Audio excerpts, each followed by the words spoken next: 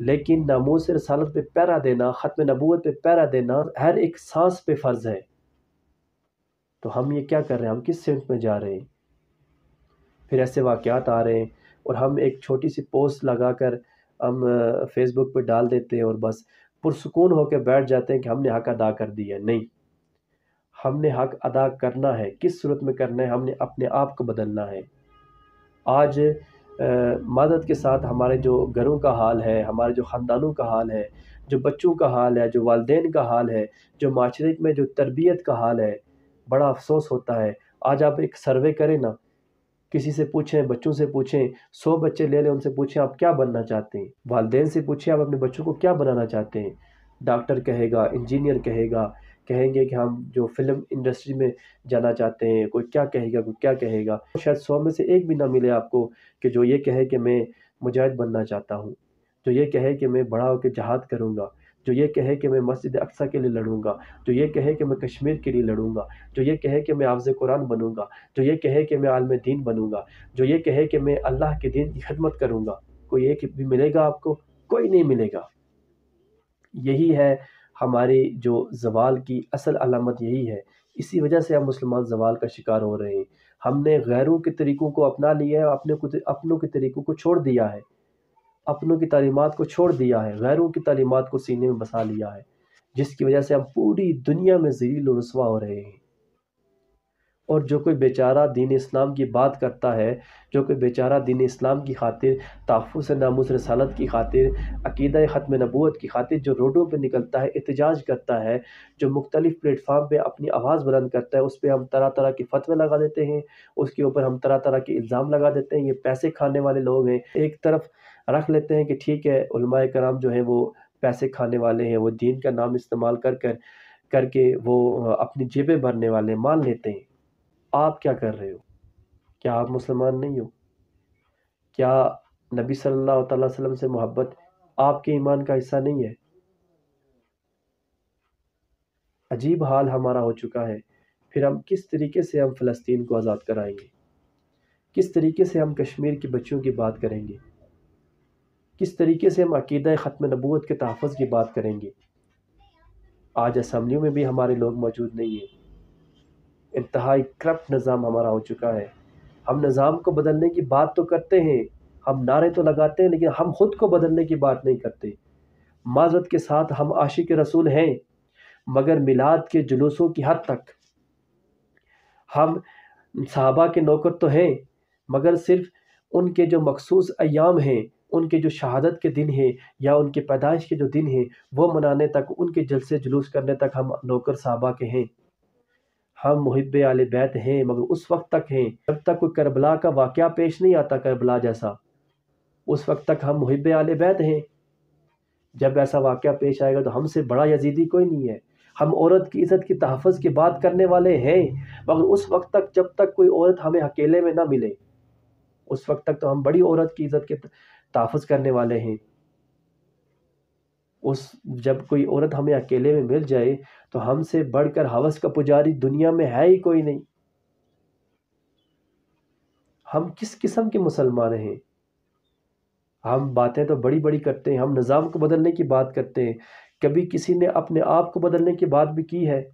مجھے تو پہلے اپنے اوپر اس نظام کو نافذ کرنے کی ضرورت ہے۔ ہم نظام مصطفیٰ کے نفاذ کی بات تو کرتے ہیں، لیکن وہ کس طریقے سے نافذ ہوگا؟ ہمیں سب سے پہلے اپنا جو 4-5 فٹ یا 6 فٹ کا جو قد ہے، اس کے اوپر اپنے اس نظام کو نافذ کرنے کی ضرورت ہے۔ لیکن صرف یہاں سے اگر آپ سچے ہو کے چلو گے، یہاں سے صرف یہاں زبان سے نہیں، یہاں سے سچے ہو کے چلو گے، یہاں سے آپ اگر آپ کے دل میں درد ہے نظام مصطفیٰ کا، عقیدہ ختم نبوت کے تحفظ کا اگر درد ہے، اور ناموس رسالت کا اگر درد ہے، ناموس صحابہ کا درد ہے، ناموس اہل بیت کا درد ہے، یہاں پہ اگر درد ہے تو پھر آپ سچے ہو کے چلو گے تو تب جا کے تبدیلی آئے گی، ورنہ بہت مشکل ہے، بہت مشکل ہے۔ اور جو وقت گزرتا جا رہا ہے، حالات بڑے مشکل ہوتے جا رہے ہیں۔ کس طریقے سے ان لوگوں کو آپ قابو میں کریں گے؟ ہماری جو نوجوان نسل، آنے والی جو نوجوان نسل ہے، میں نے پہلے بیان کیا، پہلے بتایا کہ وہ نوجوان نسل تو ایک غلط سمت پہ چل چکی ہے، کس طریقے سے اس کو واپس لے کے آئیں گے؟ ہم جہاد کی تو بہت دور، وہ کہتے ہیں نا کہ بہت دور کسی کونے میں کوئی شخص رہتا ہے جو جہاد کی بات کرتا ہے۔ پہلے پہلے جو ہم بچوں سے پوچھا کرتے تھے آپ کیا بننا چاہتے ہیں، تو ایک جو صدا کبھی کبھی سننے کو ملتی تھی، ایک گیت سننے کو ملتا تھا کہ میری امی اجازت دو مجھے کشمیر جانا ہے۔ آج وہ بھی سننے کو نہیں ملتا۔ یہ کیا وجہ ہے؟ یہ ہماری کمزوری ہے کہ ہم نے دین اسلام کے لیے کام نہیں کیا۔ نام تک تو ہم مسلمان ہیں، کردار تک ہمارا مسلمان ہونا ثابت ہی نہیں ہے۔ تو ہم کس طریقے سے یعنی کہ جہاد کی بات کریں گے؟ بہت دل دکھا ہوا ہے، بہت سارے معاملات ہیں ایسے، ہمارے گھروں کا حال جو ہو چکا ہے اور ہمارے بازاروں کا حال جو ہو چکا ہے، بے حیائی ہے، فحاشی ہے، اور مختلف قسم کے گناہوں میں ہم لتھڑے ہوئے ہیں۔ کیا آج کا مسلمان، میں آپ سے پوچھنا چاہتا ہوں نا، اگر جہاد کا حکم ہو جائے تو جہاد کر سکتا ہے؟ وہ تو کہیں چھپ کے میری طرح بیٹھ جائے گا کہ یار یہ تو مولویوں کا کام ہے، یہ تو فوج کا کام ہے، یہ تو فلانے کا کام ہے۔ کیا بنے گا ہمارا؟ میں تو پریشان ہو چکا ہوں، اور میں خود اپنی سوچ رہا ہوں کہ میرا کیا بنے گا، کہ جس نبی کی محبت کل ایمان ہے، جس نبی کی محبت کے بغیر ایمان مکمل ہو ہی نہیں سکتا، ہم اس سے کتنی محبت کر رہے ہیں، کتنی محبت ہے ہمیں اس سے، اور آقا نے ہمارے لیے کیا کچھ نہیں کیا۔ ہمارے عورتوں کو حقوق دلوائے، ہمارے بچوں کو حقوق دلوائے، والدین کو حقوق دلوائے، اولاد کو حقوق دلوائے، ہمیں حقوق دلوائے، ہر معاشرے کا ایک ایک یعنی کہ رہنے کا، اٹھنے بیٹھنے کا طریقہ ہمیں سکھایا، سلیقہ سکھایا، اور اللہ سے کس طرح رو رو کر آپ دعائیں فرماتے رہے، غاروں میں جا کر ہمارے لیے دعائیں مانگی اس گناہگار امت کے لیے،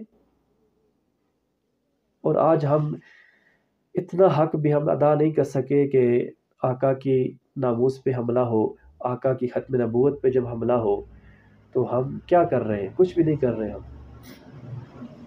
کچھ لوگ جو درد دل رکھنے والے روڈوں پہ نکلتے ہیں، اپنے جذبات کا اظہار کرتے ہیں، میں ان کو سلوٹ پیش کرتا ہوں، لیکن ایسے بھی مجھ جیسے گناہگار ہیں کہ جو اس حد سے بھی گر چکے ہیں، کہ یعنی وہ ایمان کا جو کمزور ترین درجہ ہے، دل میں برا سمجھنے والا، وہ بھی ہم بھول چکے ہیں، اس درجے سے بھی ہم گر چکے ہیں۔ بلکہ ایمان تو کہتا ہے نا کہ بزور طاقت برائی کو روکا جائے، اور جب یہ تو برائی جو اس طرح کی برائی ہو، جو اس طرح کا گناہ ہو کہ نبی صلی اللہ علیہ وسلم نے فرمایا میں خاتم نبیین ہوں اور میرے بعد کوئی نبی نہیں، لا نبی آبادی، اور آپ صلی اللہ تعالی وسلم کی حدیث شریف کا مفہوم ہے کہ جو آپ کا گستاخ ہے اسے کاٹ کے رکھ دو، من سب نبی فقتلو۔ آج تو ہمیں اس نعرے سے بھی اعتراض ہو چکا ہے کہ ہم یہ نعرہ کیوں لگاتے ہیں من سب نبی فقتلو۔ تو میں آخر میں تمام لوگوں سے یہ گزارش کرتا ہوں کہ خدا را دین اسلام کی طرف آئیں۔ یہ جو ہم صرف نعروں کے حد تک مسلمان ہیں نا، اس سے نکل کر جو ہم نے صرف دین کا لبادہ اوڑھ کر صرف اپنی عزت کے لیے دین کا لبادہ اوڑھا، اس سے نکل کر اس کو چھوڑ چھڑا کر صرف اور صرف خالص جو مسلمان ہوتا ہے نا، جو خالص مسلمان ہوتا ہے، جو خالص دین ہے، اس کو اپنائیں یار، خدا کے لیے چھوڑ دیں ان دو رنگیوں کو، ان جو دو نمبر لوگ ہیں ان کی بیٹھک کو چھوڑ دیں، ایسے دوستوں کو چھوڑ دیں جو آپ کو دین سے دور لے کے جا رہے ہیں۔ دین اسلام کی طرف آئیں، دین اسلام کی طرف آئیں، دین اسلام کی طرف آئیں، محبت اہل بیت کی طرف آئیں، محبت صحابہ کی طرف آئیں، عشق رسول کی طرف آئیں، حقیقی معنوں میں جو عشق رسول ہے۔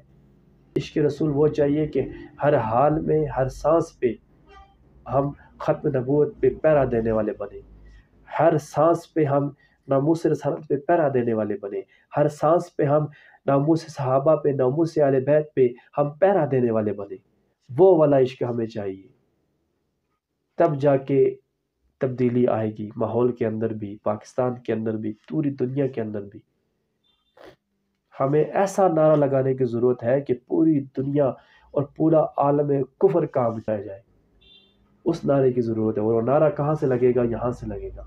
جب یہاں سے یہ چیز درست ہو جائے گی نا، تو پھر جو الفاظ نکلیں گے ہمارے منہ سے وہ پھر پورے عالم کفر میں ایک زلزلہ طاری کر دے گی۔ خدا کے لیے چھوڑ دو ان لوگوں کو جو تمہیں دین سے دور لے کے جا رہے ہیں، یار افسوس ہوتا ہے کہ آپ اپنے لیڈر کے لیے اتنا کچھ کرتے ہو، لیکن آپ کا جو حقیقی لیڈر ہے اس کے لیے آپ نے کیا کیا ہے؟ اس کی کتنی باتوں پہ آپ عمل کرتے ہو؟ یار خدا کے لیے دین کی طرف آ جاؤ، دین اسلام کی طرف آ جاؤ۔ اللہ تعالیٰ سے دعا ہے کہ اللہ پاک ہم سب کو دین اسلام پر عمل پیرا ہونے کی توفیق عطا فرمائے، ہمارا خاتمہ ایمان پہ فرمائے، اور ہمیں صحیح معنوں میں عشق مصطفیٰ عطا فرمائے، اور ہر ایک سانس پہ ہمیں عقیدہ ختم نبوت کا تحفظ کرنے کی توفیق عطا فرمائے۔ وآخر دعانا والحمد للہ رب العالمین۔ اللہ حافظ۔